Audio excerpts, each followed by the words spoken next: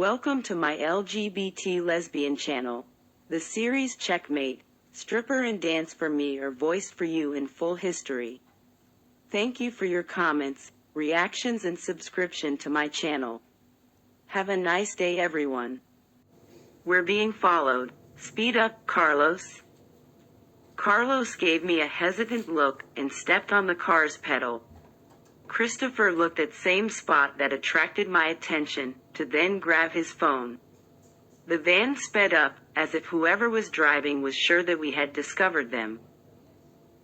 Oh my God, Lauren. Camila grabbed my arm, giving me a fearful look.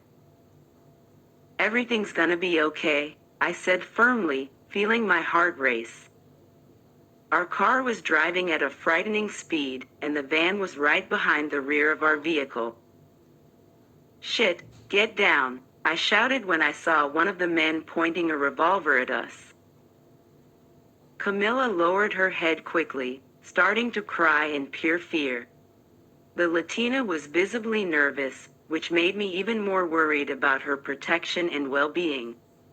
The first shot was fired, bringing a scream from her inside the car. Fuck, get out of this street, you imbecile, Christopher shouted to the nervous driver at the wheel. There are no other exits here, sir, he replied, agonized as he tried to maintain the control of the high-speed car. I pressed the button to lower the car window, accommodating my arm on the window. I aimed the gun towards the dark van that was driving behind us, and pulled the trigger, firing against the persecutors. The van tried to move from one side to the other in an attempt to dodge the shots that hit the vehicle. It was when I felt the strong impact of my body colliding against the front seat. The tires squealed on the asphalt while the car seemed to spin on the road. I felt Camila's hand grab mine tightly. I tried to hold her with the precise pressure so that she wouldn't get hurt. When finally our car stopped, making our bodies collide against the front seat. Everyone all right? Collins asked as he stared at us with a startled look.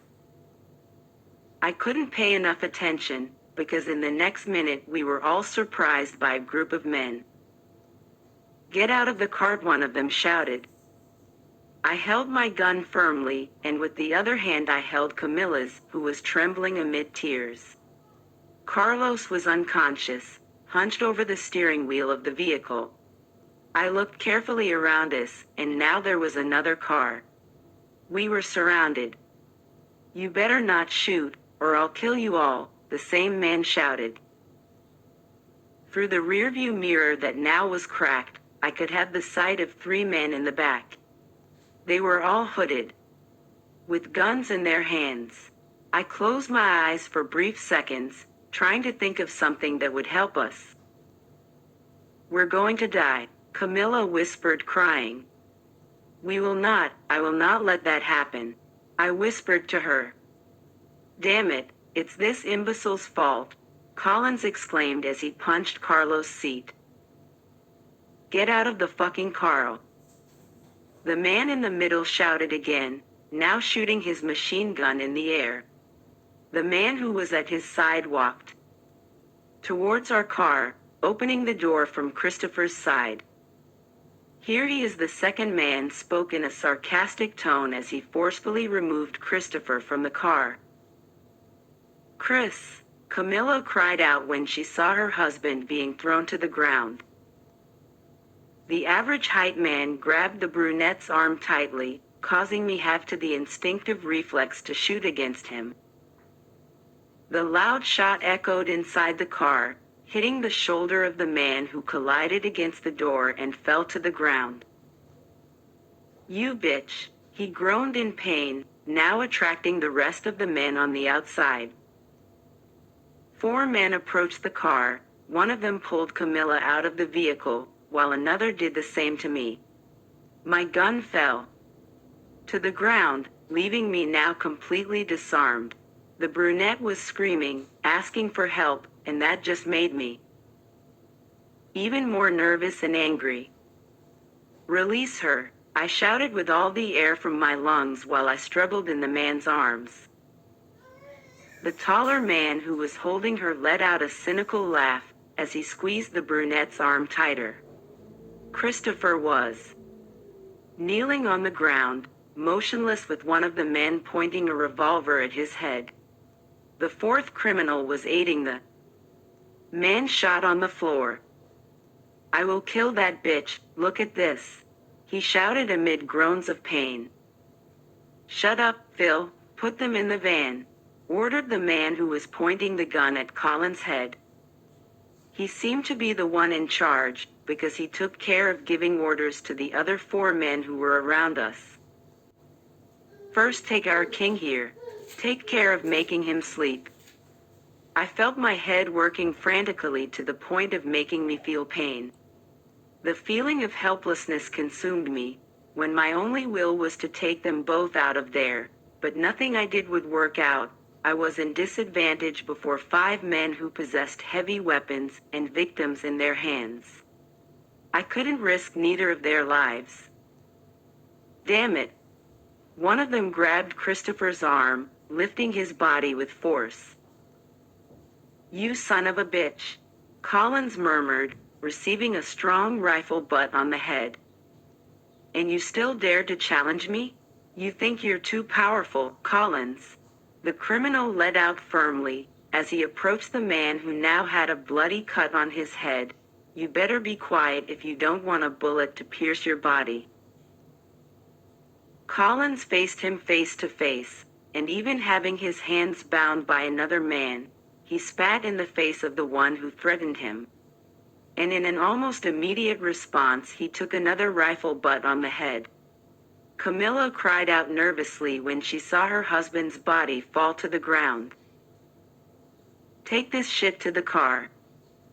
Christopher was dragged towards the van. He was unconscious. Now the attention of the leader turned towards the Latina who was crying deeply. I could see how she trembled before that whole situation. I tried to free myself from the arms of the skinny man who was holding me, with every step that the other took towards Camila. "And you're his little wife, right? I see that he has good taste for these bitches." He let out scornfully, "You better not make a scene, or I'll kill you myself, okay? But of course, after having a little fun with you." I balled my hands into fists, feeling the hatred take over my whole body.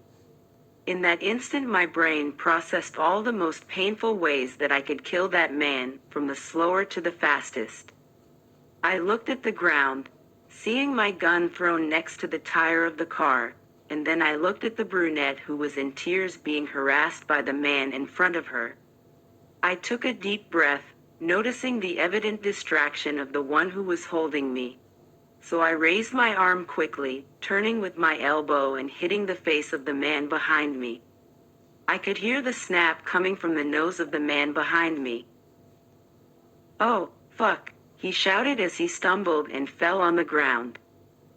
In one quick motion, I grabbed the gun from the ground, aiming it towards the man who had his nose totally bloody.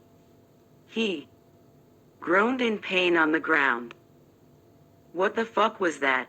The man who was with Camila shouted, drawing the attention from the other who ran from the back of the van. "Oh my God, this woman is the devil," said the man who helped the other man I shot. The leader forcefully pulled Camila closer to me. "Release her, or I'll kill him," I shouted, pointing the gun at one of his men. He laughed, and in one swift movement he hit Camila, forcing the woman to kneel. My heart was racing, giving me the chance to hear my heartbeat even amid all the ruckus. My hand was shaking around the grip of the gun, but I didn't dare lower it. "You better drop that gun," he spoke calmly as he cocked his gun, which was now pointed towards Camila's head, "or I'll kill her." "Drop it." "Lauren," she murmured in a desperate cry, "please." I closed my eyes, trying to dissolve that so fragile image of the woman in front of me. I had no choice, I couldn't watch her die. I opened my eyes towards the man, and dropped the gun, letting it fall to the ground. Tie that woman up before she kills someone, the leader shouted. Two of the men grabbed me, being one of them the one I had just hit on the nose. I was tied up and thrown into the van roughly in the opposite corner to Christopher. Soon after, Camila was placed in the center, her hands were tied with thick ropes. She was breathing heavily as her eyes wavered between Christopher and me. One of the men entered the vehicle to watch us, while the other closed the door, leaving us in that darkness. You better not try anything, you hear me? I'll kill you, said the guy the first thought was the one who aided my two victims. The silence took over the inside of the van, until I felt it starting to move. I was lying face down with my hands tied behind my back, the same way as Christopher. Camila was sitting, with her wrists tied up. I could hear her crying softly, afraid that they could hear her. I don't want to die, Lauren, she whispered. I lifted my head a little, and even with the dim lighting I could see her. I'll find a way to get you out of this, I promise, Camila. I let out sincerely. Don't do anything, they'll end up killing you. She sobbed between tears. I don't care, try to calm down, I'll get you and your husband out of this. Shut up you two, the man shouted. We exchanged an intense look before the Latina lowered her head against her knees. I don't know how much time passed, but I was awakened as soon as the doors of the van opened. The men took us from the inside of the vehicle in a rough way, one by one. By the looks of the place, we were inside an old and abandoned warehouse. The place was one of the worst possible, but it served perfectly well for the purpose of the criminals present. There. Put them in room 2. The leader ordered. Please, don't kill us. We can offer all the money you want, Camila murmured. You better have a lot of money, madam, he said as he approached Camila, or you'll have to pay in another way. Get away from her, I shouted. Jesus Christ, I'll have to kill you. He approached me angrily, knock her out. No, Camila shouted Lauren. One of the men pulled me roughly, leading me towards one of the rooms. Don't do anything to her, please. Please. The brunette was desperate, Lauren.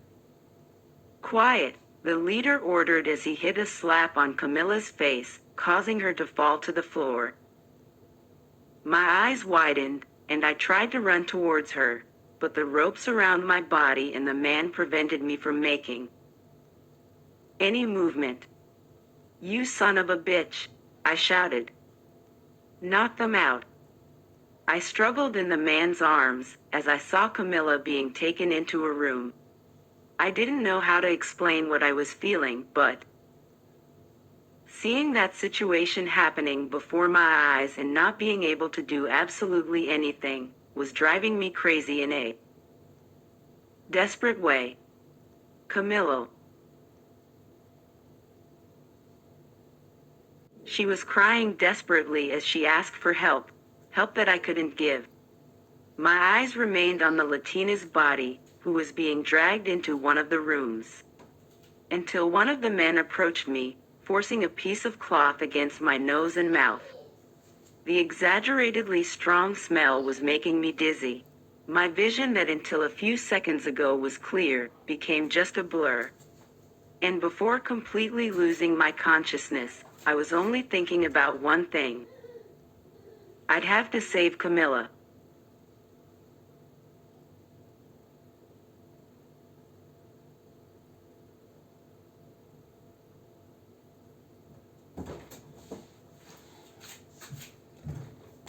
Oh. If you like that I voiced the continuation of the series Stripper and want me to continue, please like and write a comment on the video. This will be an incentive to continue working on translation and dubbing.